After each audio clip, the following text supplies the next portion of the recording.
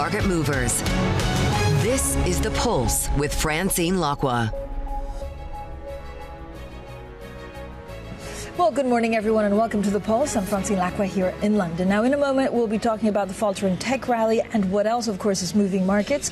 We'll be joined by Ludovic Subran from Allianz. But first, the latest on SpaceX. Shares down in pre-market trading after slumping for a third straight day, dropping 16%, shedding hundreds of billions in market value. Now, this comes after the company said it was selling investment-grade bonds for the first time. So let's get the latest with our Charlie Wells. Charlie, good morning. So what's going on with SpaceX? Good morning, Francine. So we are seeing this share price come back down to earth. This was the most hotly anticipated IPO of the year so far. And we're seeing just yesterday that share price slumping some 16% in a single day. Now, why is this happening? This was so hotly anticipated. Debt has a lot to do with it because the company yesterday said that they are seeking to raise investment-grade debt for the very first time. Bloomberg News has reported that they are seeking some $20 billion in debt. Now, this is an unusual move. This is early in the lifespan of a company to be seeking that sort of debt. Again, the company is not profitable yet. They have been burning through cash.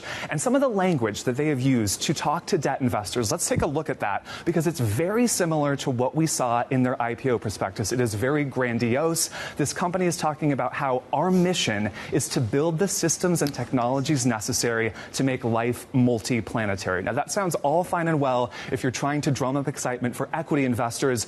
Debt is a very different instrument. Some of these investors could be with the company for up to 30 years. They get paid at maturity. They get that interest as well. Now, what we know about SpaceX, it has been given investment-grade ratings from a lot of these agencies, from these major agencies. But there are questions here. There are bigger questions about the tech space right now. How much these companies, Apple, Amazon, are raising in debt markets. JP Morgan has estimated that those large hyperscalers have raised some $300 billion in debt since November. A lot there. And another big question here, why this debt question feeds back into that share price. OpenAI and Anthropic, they are also thinking about going public later this year. They're keeping a very close eye on the equity performance of SpaceX.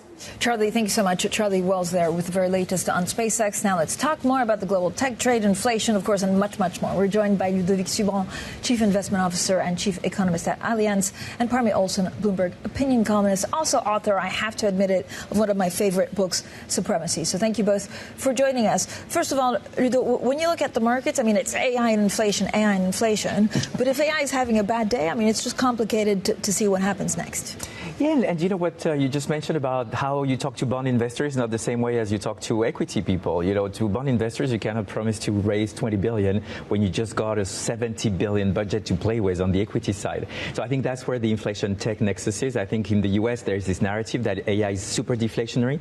I think in Europe, it's not there yet because adoption cost may be frictional. So there is a bit, you know, the super tense market. I mean, everything is a bit, I would stretched on the valuation side on the equity. And you mentioned it, the earnings season is going to be one to watch because a lot of people are expecting some calming down, back to earth type of the rationale. And on our side, and I would say on the American side, there is still this very sticky inflation, and central banks seem to be a bit behind. We have one hike for all central banks, but markets are pricing zero for almost all central banks, from the ECB to the BOE to the Fed. I think there is something that is wrong between what we expect, given the 3% inflation everywhere, and what markets are expecting. Yeah, and we'll come back to that, and whether it's AI, maybe some kind of overhang that they think we're going to be more productive. But I also want to speak to Parmy. Parmy, look, you have some really great columns almost every day on SpaceX, Anthropic. What is the question that you want to ask today on valuations? Yeah, the big question that's on my mind is how much longer can AI coding continue to carry this AI boom that we've experienced over the last 2 to 3 years? The reason I say that is if you actually talk to companies who are spending money on AI, the lion's share of the use cases is for coding, for their software developers to be more efficient, to be more augmented in what they can produce. That takes up anywhere between 30 and 50% of enterprise token usage, according to some studies. And consultants that I've spoke to also say it makes it the lion's share of the revenue. Now, that's fine. It does seem like things like customer service, back office functions like accounting, legal, marketing, all these things are using AI too, but nowhere near as much as AI coding. And the question is if that continues for the next 2 to 3 years, is that use case alone enough to continue to carry these valuations, particularly when companies are realizing that maybe if they are using AI for coding, they might be spending too much on it? So we saw examples recently of Walmart and Uber who maxed out their token budgets and had to start putting limits in how much their own developers were using AI to not spend as much. So I think that's a big question, particularly as some of these smaller AI models are becoming more popular. Microsoft just recently made China's open source model, DeepSeek, available on its own platform, which all of these things together could be a problem for the bigger frontier labs like OpenAI and Anthropic. Parmy, we also spoke to Nouriel Roubini, and this is what he had to say about tech and inflation. People are obsessed with the Fed, whether it's 50 basis points higher, whether it's right now. What's the difference? The key story is tech boom, and that's going to be the most important first-order impact of anything else. Do you agree with Nouriel Roubini, Ludo? Do we obsess too much about inflation, where actually AI could be game-changing, or do you go to Parmy's point and saying, well, we don't still know, how much of capex will be this return on investment will actually be realized? Look, I think both have a point. I think to Parmy's point, what is very interesting in the roadshow, or the pre-IPO roadshow of these AI companies, they actually start to show these pixels where coding is less than 5% of the addressable market, and then financial services is 18%. And so they're actually trying to go ahead and say, oh, it's not only about coding, don't worry, we have everything else covered. And they talk about replacing 80% of the jobs in some of the sectors by the next 22 months. So then to Nouriel's point, I think it is an inflation game, not only for what is purchasing power, what is in the pockets of people if their wages are really affected by this. Social protection is very much indebted in most of the countries, and so it's an inflation growth nexus. So somehow I do believe that we need to keep an eye on this inflation ramification of AI, because this is going to be where markets are going to be pricing, the Darwinian effect of AI. Those that are going to be defaulted, those are going to be getting the super win, those that have pricing power and those that don't. And I think that's really the crux, yeah. Ludovic, when do you expect AI to actually have a real impact on the economy? Because we're not seeing, we're hearing about maybe people, spending more on capex, but not really changing their hiring patterns. Is it going to be like a seashed moment where we lose jobs, but we become more productive? The problem is, ex ante, you could try to do models. The problem is policy interventions. Because I guess policymakers will have to get in the game. Everybody's going to have to actually situate themselves pro or against AI, pro or against policies that facilitate AI adoption, or ban some form of layoffs related to AI. So ex ante, I would say it could take 2 years, maybe less. Ex post, I think it could take 5 years, because policymakers are going to be super interventionist, because they're going to be worried about the scattering effect of this on the overall economy and compact of the society. Parmy, you wrote a wonderful column that really caught my attention, which is basically the AI crisis no one is talking about. Where do you see it? You've seen a shift actually from Dario Amodei, but also Sam Altman, in the way that they speak about the impact of AI on the economies. Yeah, I think one of the questions is actually, yes, maybe jobs will be disrupted, but to what extent will jobs actually change? There was a great book that came out called We Are Not Machines by an FT journalist, and it talked to a number of people who had been increasingly using AI in their own work, whether they were truck drivers that were now helping self-driving trucks.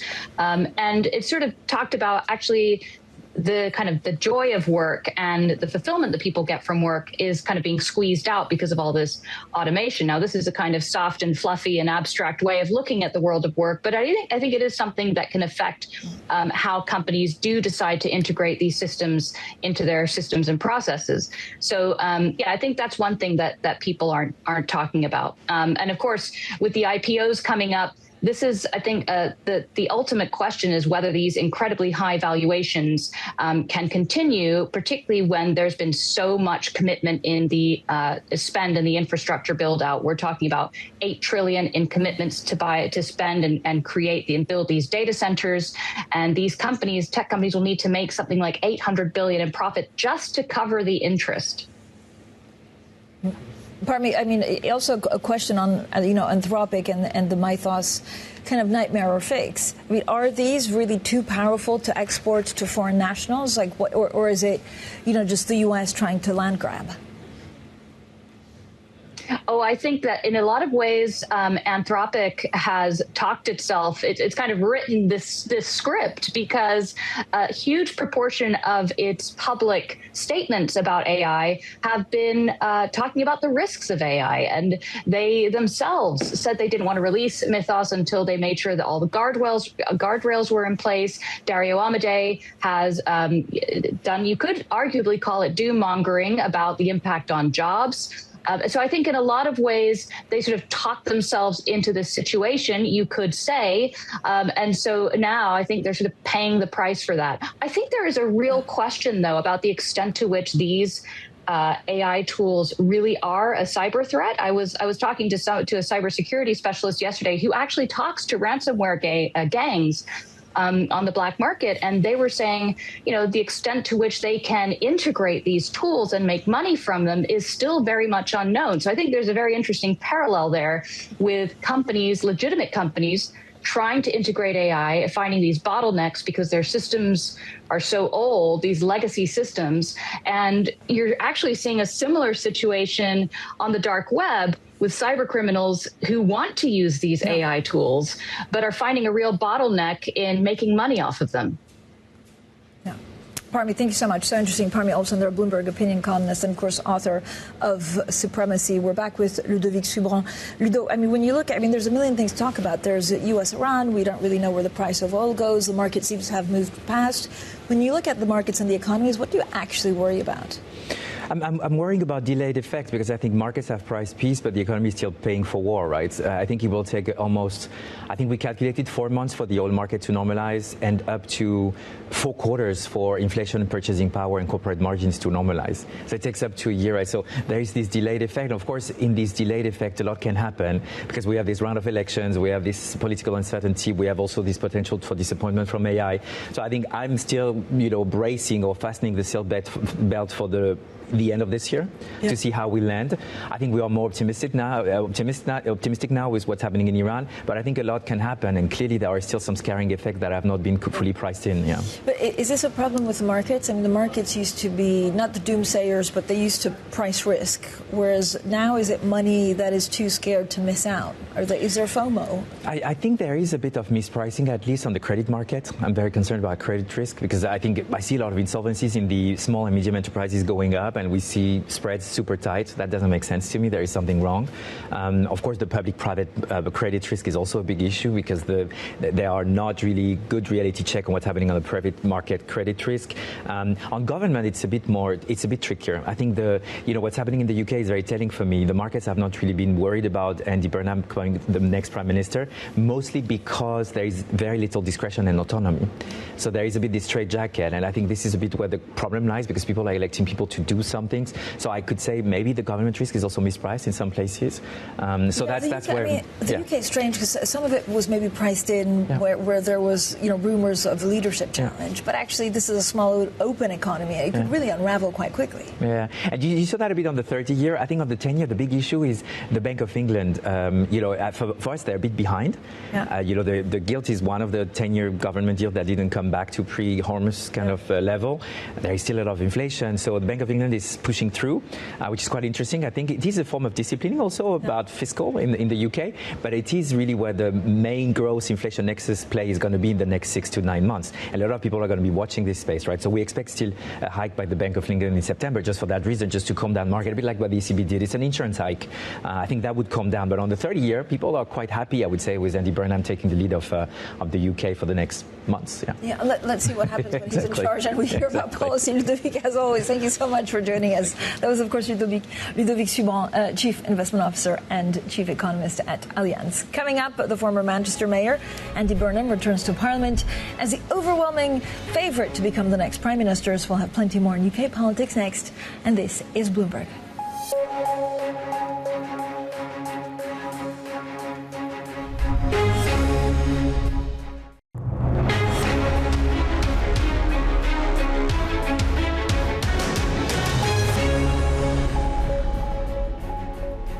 The conversations that matter, the insights you need. This is The Pulse, and I'm Francine Lacqua here in London.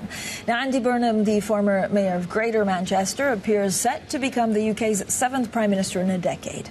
Burnham's path to Downing Street was cleared on Monday when Keir Starmer announced he would step aside as leader of the Labour Party. Well, with us now, Rosa, Bloomberg opinion columnist, and we're also joined by Victoria Honeyman, a professor of British politics at the University of Leeds. So thank you both for joining us. Rosa, I love your piece. Good luck, Andy Burnham. You'll need it. I mean, it's simple, to the point.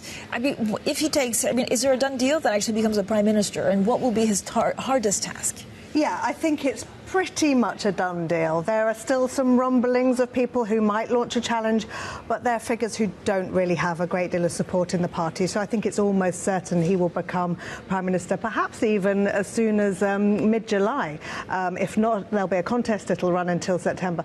The big challenge always is the economy.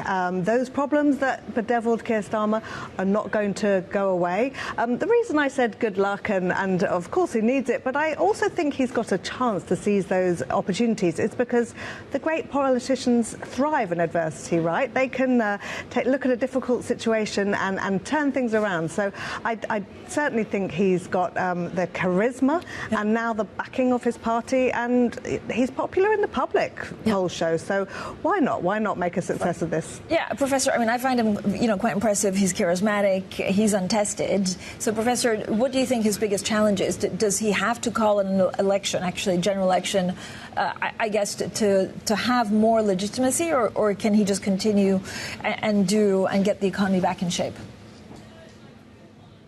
He doesn't have to call an election. There is no requirement within the Constitution for him to do that. He can call an election if he feels that it's to his benefit to do so. But I think he's probably going to give it some time, see if he can turn some of the dials on the economy. In terms of Andy Burnham, he isn't that untested. He's been a cabinet member before. He's been a member of the House of Commons before. So he's had big jobs in reasonably successful Labour governments before. So he might only be a few days into this time in his career as a House of Commons MP, but this is actually the second time around for him. So I think he's going to give himself some time to settle into the job before he thinks about a general election. Rosa, what do you think? Yeah, I would tend to agree. I think he might not let the whole Parliament run its course, but he's going to want to go in there and have some achievements to his own name. So I think he'll go in, as you say, kick the tyres and see what he can do. The next few days, I think his big missions are to set out his policy platform and get to know his new colleagues. But he's going to need to form a cabinet. He's going to really need to sign up backbench Labour MPs to get difficult measures through the House of Commons. So, I think he has the tools to do those things, but not easy. No, not easy. Professor, what do you think are the kind of policies that we'll see from Andy Burnham on the economy? Again, it's a very volatile bond market. It's, fiscal spending is what it is. So how radical can he be? And will he govern as centre-left or more left? It's very difficult at the moment to know exactly what his policies are going to look like. When he ran in the Makerfield by-election, he was very keen to stress that that was a local by-election on local issues, that he was running to be their local MP. Anything above and beyond that was a debate for a different day. So we know a bit about his views on issues related to the economy. We know that he suggested that he's going to be a bit more left-wing than Keir Starmer. We might get some more spending on things like social care. We might see some moves. But he's very constrained. The Labour Party only won a general election less than 2 years ago on a manifesto. If he is going to veer away from that manifesto massively, then those calls for a general election are going to be much, much louder. He's also got a number of MPs whose seats will be very dependent on him making a success of what happens now. So he really does have a number of limiting factors to what he's going to be able to do. So at the moment, we're not 100% certain. And don't forget, who he has as his chancellor is going to be a massive issue for him and for the rest of the party. That will really set the tone of his direction. And Rosa, maybe we can take a bit of time to just reflect on what Keir Starmer was plagued by, which he wasn't really liked. He didn't have the popular support. There was I don't know what the exact reason is for him to step down, apart from losing the confidence of his party, that see him, Andy Burnham, someone that can actually win the next election. Is that it? I think that's a big part of it, and not just because all political parties want to win elections. Obviously, that's kind of their reason for being. You'd hope so. You would hope so. But I think this time around, the opposition wasn't the Conservative Party, the other big mainstream political party, who kind of swapped power between each other. The alternative was a very aggressive right-wing form of populism that Labour MPs in particular see as anathema. And I think that they felt that the country would go in quite a dangerous direction if they could not mount a credible challenge to that. So I think that was the main reason. I mean, that's what Keir Starmer said himself in his speech. He said, my colleagues thought that I could no longer command the support of the electorate in the general election. I think history might be a bit kinder to Keir Starmer. He did seem to be incredibly unpopular among the public. I never was quite sure why, because he seemed to be someone who was an honest, good person trying his best. But yeah, the poll ratings for him had got really horrible, and I think by the end of the last few days he realised that his time was up. And Professor, do you think Andy Burnham's first job is to fix the economy or unite the country? I think those two things are things that will go hand in hand. I would agree with Rosa entirely. I think that Keir Starmer will be treated probably more kindly by history than he is currently. There's a limited amount that he can do, really, and he's done it to a certain degree. I think that there will be those that are looking for Keir Starmer's successor, which will probably be Andy Burnham, to look very much towards the economy, that if they can improve the economy as a government, they can unlock the electorate. The economic issues are really feeding into that more right-wing narrative that Rosa mentioned. So I think that those two things will go hand in hand. There are some difficult decisions that will go along with that. So, for example, the issue of the triple lock on pensions is something that could be electorally very damaging, but economically might move some of the issues for different groups within society. So it's not an easy path, but I think that he'll be looking to the economy in order to gain more electoral support. Rosa, how radical do you think Andy Burnham will be actually with the economy, given there's so many boxes if he sticks with the current Labour manifesto? Yeah, well, during the run-up to all of this, he sort of talked a lot of talk about being pretty radical, being quite left-wing. There was that famous quote he gave where he suggested that the government shouldn't be in hock to the bond markets. Well, the bond markets made clear what they thought about that, and there was quite a lot of uncertainty over the Labour conference period in November, which is when he gave that interview. I think he's learnt from that. He's kind of tapped back in recent weeks. He's said that he's signed up to the fiscal rules now. He sort of seems to like the markets again. I wonder if he will do something around the fiscal rules in terms of borrowing to invest. One of his economic advisors, Jim O'Neill, has been talking about that. So I would guess that if he does something radical, it will be in that direction rather than, going for hell for leather and suddenly ramping up borrowing. All right, Rosa, thank you so much. Rosa Prince there, of course, from Bloomberg, and Victoria Honeyman, Professor of British Politics at the University of Leeds. Coming up, we'll discuss the UK's banking landscape and the impact of AI on the sector with Antony Jenkins, founder and chief executive of 10x Banking. That's coming up next, and this is Bloomberg.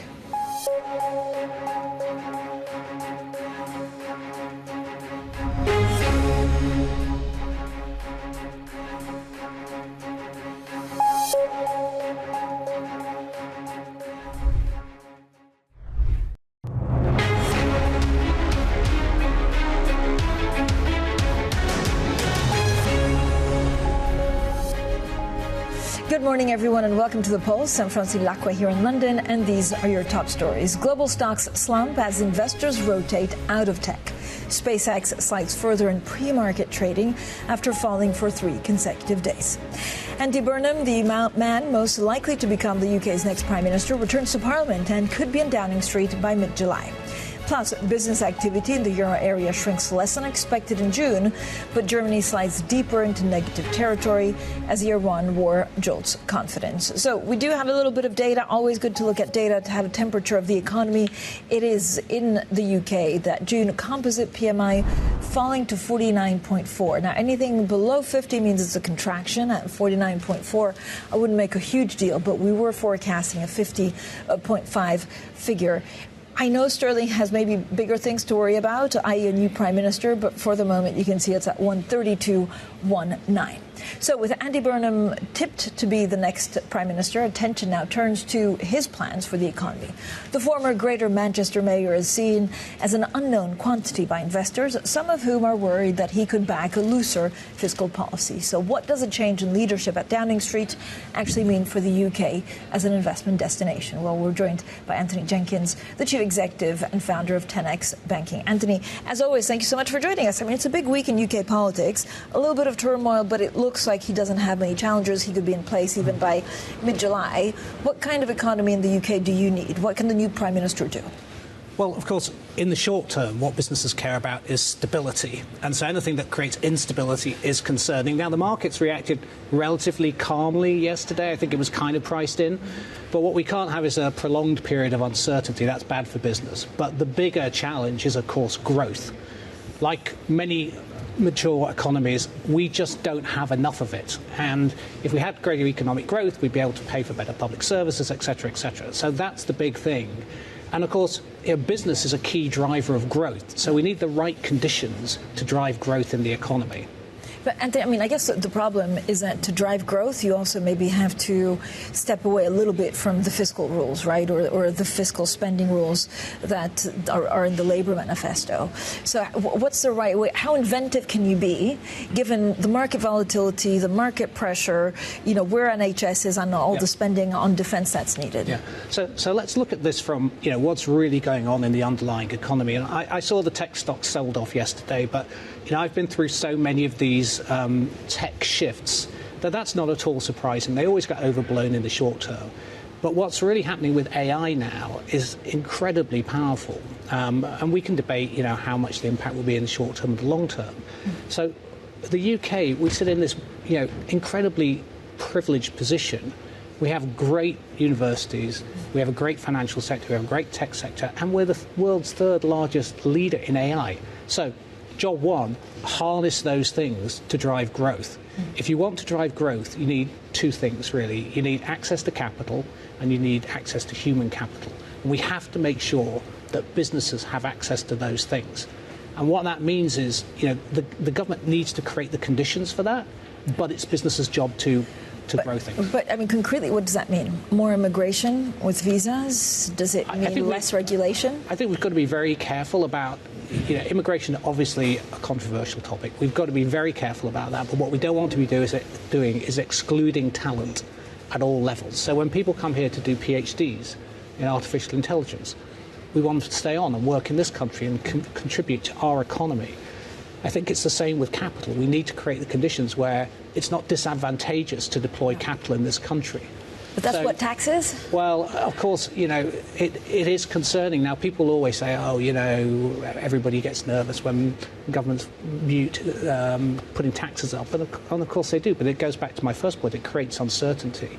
Oh. What we need to do is we need to grow this economy at a faster rate. You can't do that by, you know, ramping down on all economic activity. We need to grow that. I mean, I founded my business 10 years ago, so I've been, you know, playing this game as an entrepreneur for 10 years and 30 years before that in big banks. And I know what it's like day on day to grow a business. You know, our business is a global business. We do business across Australia, New Zealand, Southeast Asia, etc. So we see what it's like in other parts of the world. And we just need to be sensitive and mindful to creating the right conditions. Business doesn't expect a free pass. They're quite happy to pay their way. But as we go through this tectonic shift in technology, we need to make sure we're positioning this economy to prosper. So what's been most frustrating, actually? So 10 years you've built the business, 10 years since Brexit.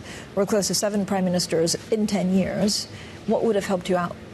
Well, I mean, it's true, of course, we had Brexit, which is unique to the UK, but we also had a lot of other exogenous things. We had COVID, we had the Ukraine war, etc., etc. So it's not been an easy 10 years. I don't know if there are ever any easy 10 years.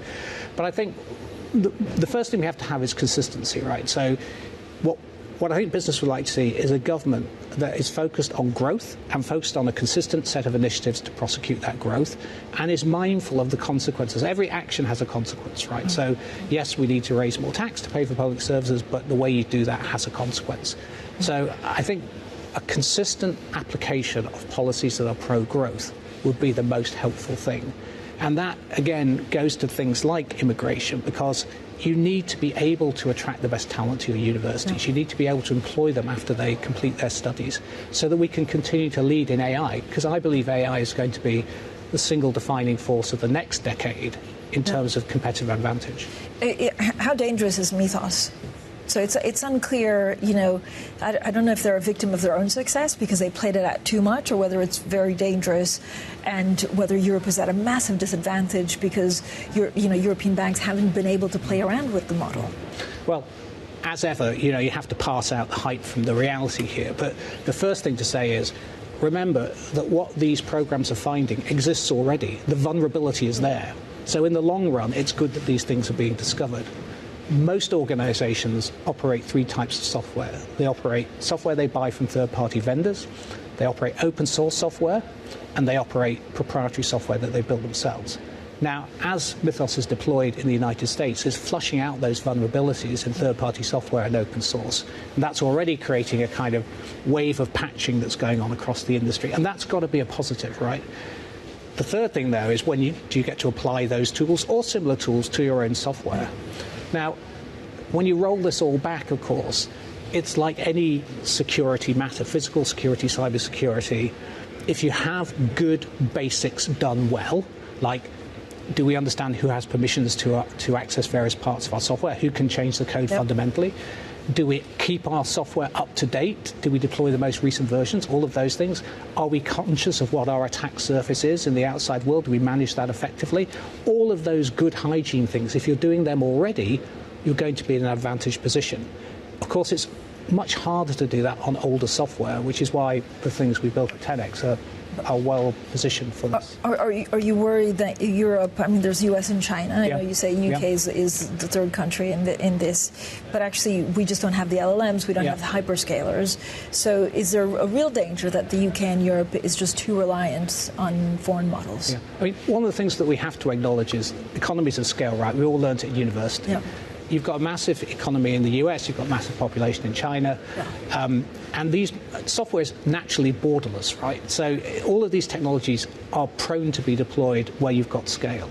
So what we need to do is strike the right balance between benefiting from those things and protecting ourselves where we need to.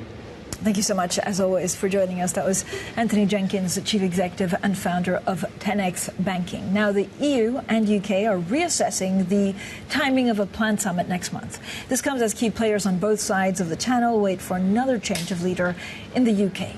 Andy Burnham, the man most likely to be Britain's next Prime Minister, has publicly backed much closer alignment with the EU and a desire to eventually rejoin the bloc, while the political shifts come exactly 10 years after the UK voted to leave. There are certain days that change the world. Brexit was one of those days. British people will have the final say in an in-out referendum. Watch out, here we go. One story dominating the news today, and it is Brexit. Brexit. Brexit. Brexit. Brexit. But what has been one of the most divisive votes. It was staggering. History unfolding before our very eyes. The population at large doesn't trust the establishment. The bastion of independence. Brexit changed the way that politics is done, not only in the UK, but beyond that too. People want to take their country back. Passions that are not unique to Britain. Vote out NHS! It was a real once-in-a-lifetime moment. But also sort of manifestly an act of economic self-harm. Thing is, not everyone and their dog arrived at the polling station with an economics textbook in hand, or poor. It was not even the main thing that mattered to a lot of people who voted to leave. A cosmopolitan elite had been trying to redefine Britain as a multicultural, multiracial, multi-ethnic society. And the Brexiteers said, no, we are a particular people, a product of a particular history, with a particular set of roots. We need our country back. And so on the 23rd of June 2016, more than 33 million people cast ballots on a relationship that had shaped Britain's laws, trade and politics for almost half a century. Yes is now showing at 67%. The British people have spoken and the answer is we're out. By a margin of 52 to 48, they said Britain should exit the European Union. Huzzah! Independence Day! It might have felt shocking, but it wasn't quite as surprising as I think a lot of people look back and say that it was. But it was a political earthquake whose aftershocks were felt around the globe. It shifted the world from a world which seemed to be getting ever closer, in which globalization was the dominant theme, into a world that was becoming ever more fragmented. Brexit has ushered in a decade which has left Britain, Europe, the West in a worse shape than it started it. The issue is, would it have done much better without it? And it is possible to work that out. To understand what happened, we can compare it with a model of what didn't. This is that story. Why Brexit emerged, what it cost, and what might come next.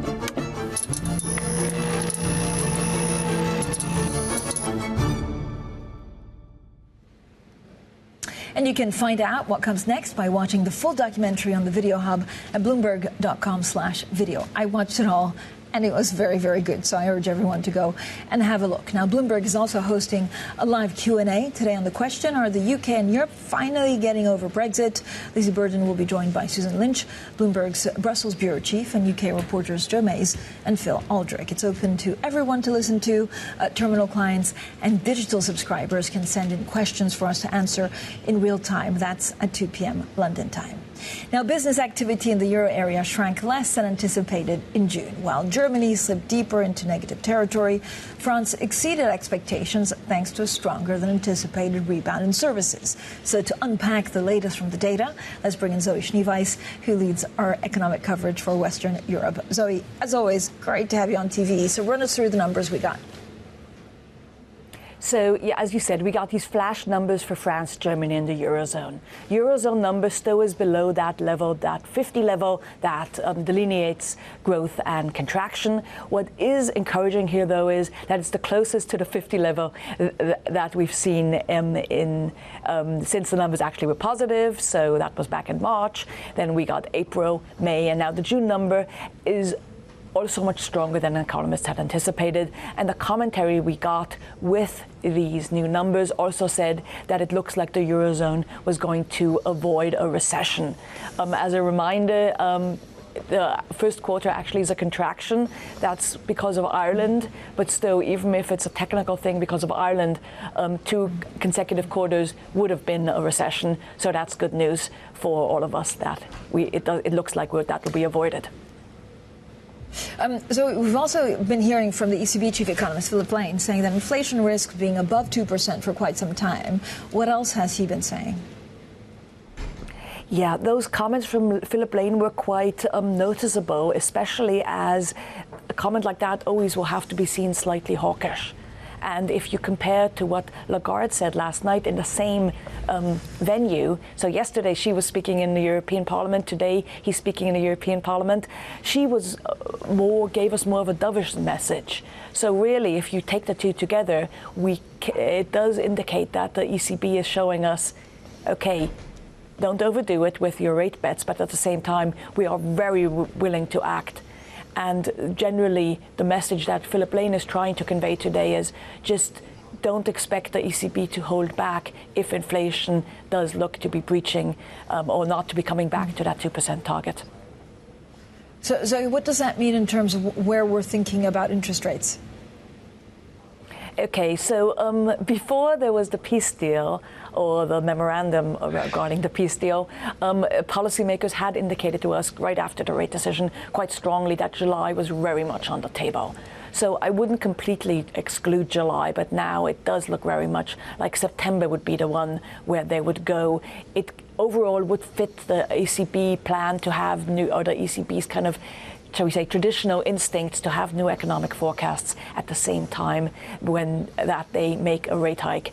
But overall, and if you look at market bets, they also are more. There's one hike is in there, other one maybe a little bit, but overall that going to one hike, September does look to be the more likely date than July. Zoe, thank you so much. Zoe Schneeweiss there with the very latest, of course, on the Eurozone and the ECB. Now, coming up, Mounjaro and Zepbound have helped turn Eli Lilly into a $1 trillion pharmaceutical giant. Every blockbuster drug eventually faces competition, though. So our deep dive is next, and this is Bloomberg.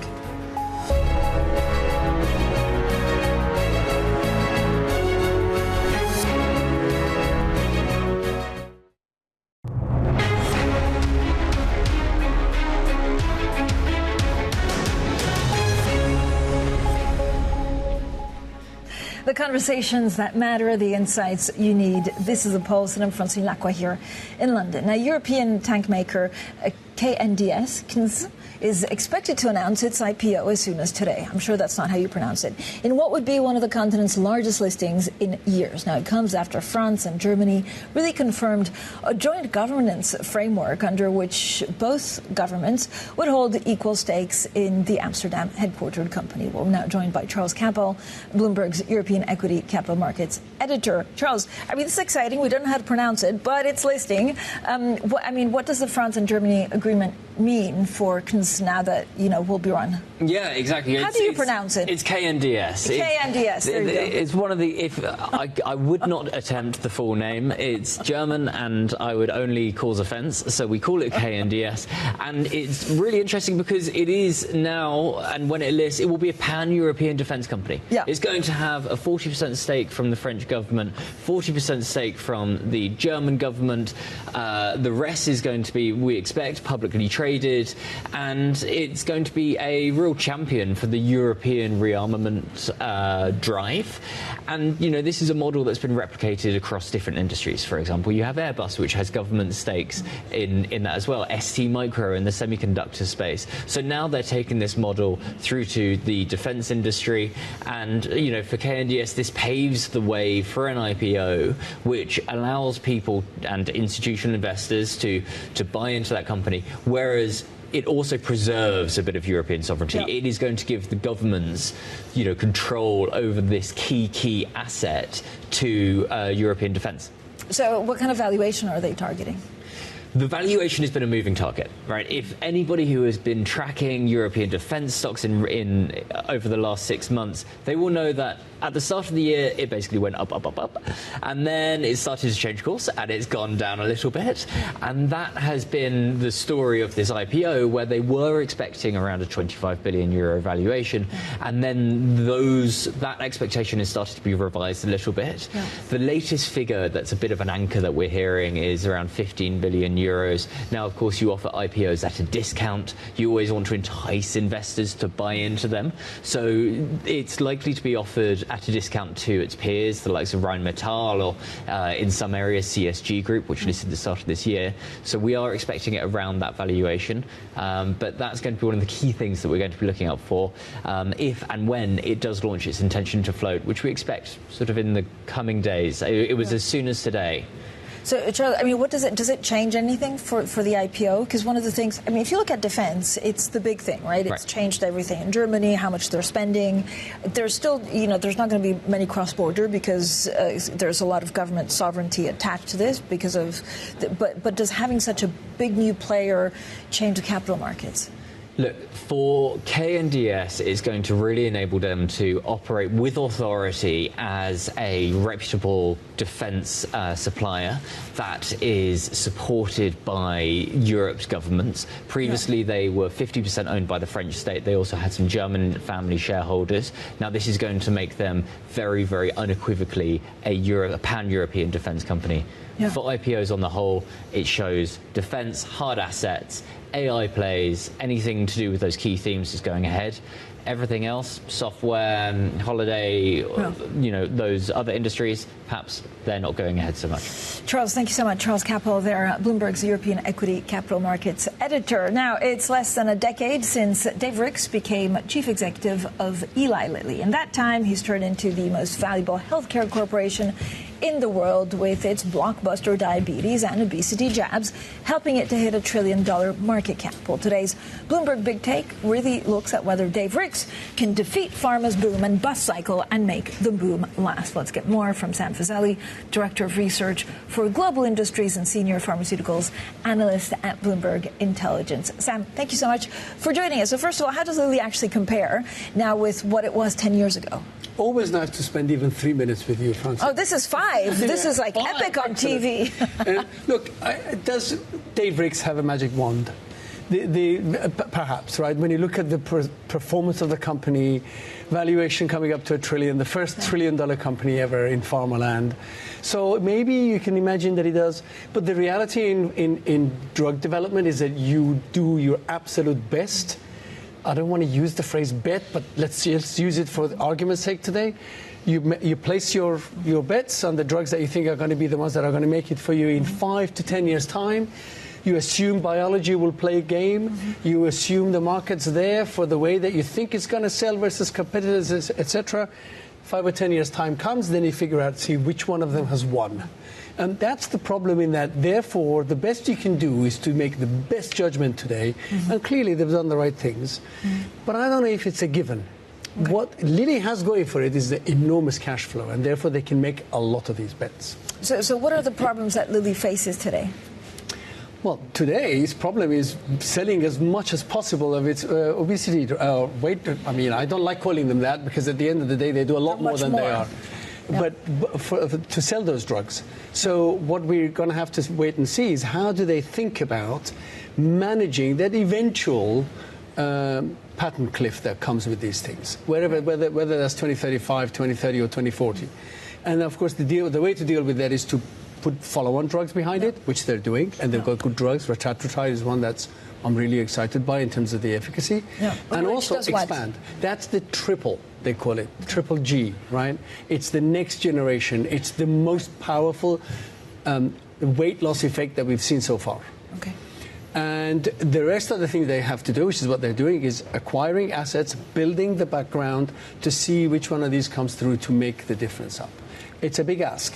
I mean, I find this incredible, Sam, because last week I was actually in Paris when we were speaking to the deputy CEO of L'Oréal, and they were saying because of GLP-1s, I mean, it even changes the way people like perfume, and so it's not only appetite, it's like how you look, and it changes everything. I mean, how much is this going to grow, this industry? Are we even underestimating how many people will be on this in 5 years? Well, we've got the models. Sell-side's got the models. Bloomberg Intelligence has got the models. We get up to even with a modest penetration, let's say 10, 15, 20% of the population who should be taking it, i.e. those who need it because of overweight, not recreational use, let's put it that way. You were getting up to $130, $140 billion. Wow. So that's how far it can go. But if you think about this drug as I want to use this phrase, pleiotropic effect. Yeah. Stuff that does much more than just weight loss. Reduces your risk of cardiovascular disease, reduces your risk of cancer, partly related to the loss of weight, reduces your risk of developing certain neurological issues. Then you start thinking, well, actually, this could be a lot more. This could be like a future aspirin once it's generic, etc., that a lot of people take to maintain their physiology. Yeah. So interesting. Sam, as always, thank you so much for joining us. Sam Fazeli there from Bloomberg Intelligence with kind of like a deep dive, and then we're going to take another 5 minutes next week to really understand what's underneath all of this. Now let's also check in on SpaceX again. Shares extending declines in pre-market trading. And this is a day after the company saw the second largest single session drop in market value on record. The stock fell as much as 5% to about $147, below its first day opening price of $150. Well, it puts the Elon Musk-led rocket, satellite, and artificial intelligence company on track to slip below $2 trillion in market cap. The decline also came as a sell-off in technology stocks dragged Nasdaq 100 futures lower. Coming up, Roland Busch, the chief executive of Siemens, is on Bloomberg Tech. That's at 4 p.m. London time. But up next, a Bloomberg Brief, and this is Bloomberg.